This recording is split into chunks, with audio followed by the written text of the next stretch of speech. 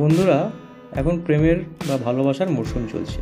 এই Valentine's day বা Valentine's week আরও এনজয় করতে আমরা একে অপরকে বিভিন্ন উপহার দিয়ে থাকি।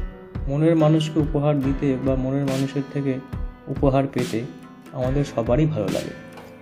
তবে সব উপহার কিন্তু দেওয়া যায় না। কিছু উপহার দেওয়ার আগে অবশ্যই সতর্ক হতে হবে, এমনই বলছেন বাস্তু বিশেষজ্ঞরা। এইসব উপহার দিলে উভয় সম্পর্কের মধ্যে তিক্ততা ও বিচ্ছেদ আসতে পারে বলে মনে করা হয়। রুমাল ও কলম, এই দুই উপহার ক্ষতি ডেকে আনবে প্রেমিক প্রেমিকার জীবনে, এমনই অনুমান করা হয়ে থাকে এবং জীবনে আর্থিক ক্ষতিও আসতে পারে।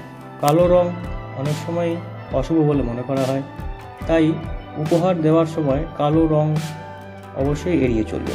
আধুনিক সময়ে জুতো উপহার দেওয়া একটি ফ্যাশন হয়ে দাঁড়িয়েছে, কিন্তু বাস্তুমতে জুতো বিচ্ছেদ ও সম্পর্কের ফাটলের দিকে ইঙ্গিত করে।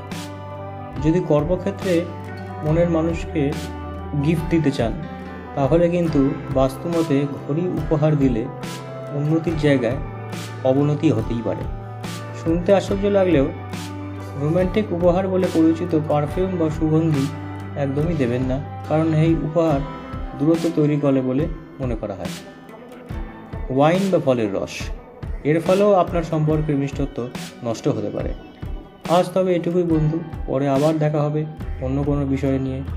ততক্ষণ সুস্থ থাকো, ভালো থাকো, ও আমার ভিডিওটি ভালো লাগলে অবশ্যই লাইক, শেয়ার, কমেন্টস ও সাবস্ক্রাইব করতে ভুলবেন না। ধন্যবাদ।